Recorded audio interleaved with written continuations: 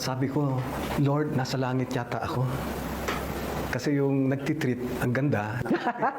Akala ko anghel. So, nasa langit yata ako. At yun yung naging Asawa niyo. asawa ko. At sa literal na ikalawang buhay, natagpuan naman niya ang gloria sa kanyang naging misis. Ikinasal si Kerubin sa kanyang attending physician na si Doktora Loretta Cercenia. Nagkaroon sila ng 2 anak, pero makalipas lang ang 5 taon. 1994, binawian ng buhay ng di inaasahan ang misis na doktora. She left me with 2 beautiful kids, no?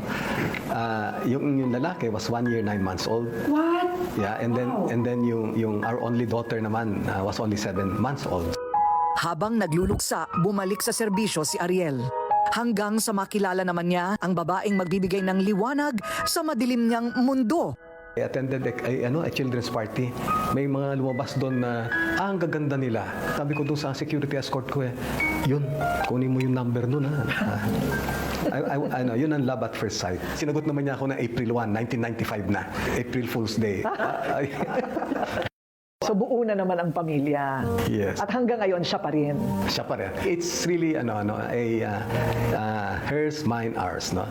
Yes. May 2 akong stepchildren. I take pride in sharing this with people kasi I really feel na it's an ideal blended family. Yung stepchildren ko at the time na nanamit ko was 6 years old siya, 3 years old yung sumunod, tapos yung sa akin naman was yung 1 year, 1 year, 9 months, magkadugtong. Tapos may 3 kaming common. Ayun. So we have 7 children. Ipinakita ni Colonel Kerubin sa amin ang mga tama ng bala sa kanyang katawan. Nagsisilbing kwento ng 3 dekadang serbisyo bilang sundalong lingkod bayan.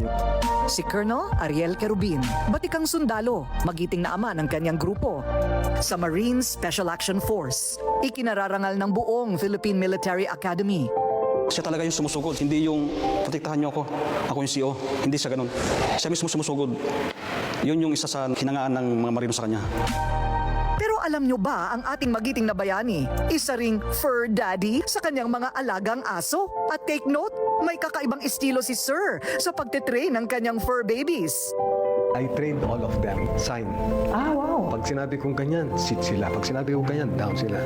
Ganun. Pag ginato ko yan, flat right. Pag ginanyan ko, mag-roll sila. Yeah. And speaking of being daddy, para sa retiradong koronel, isa raw sa pinakabiyaya niya mula sa langit ang pagiging Daddy Ariel sa kanyang 7 anak.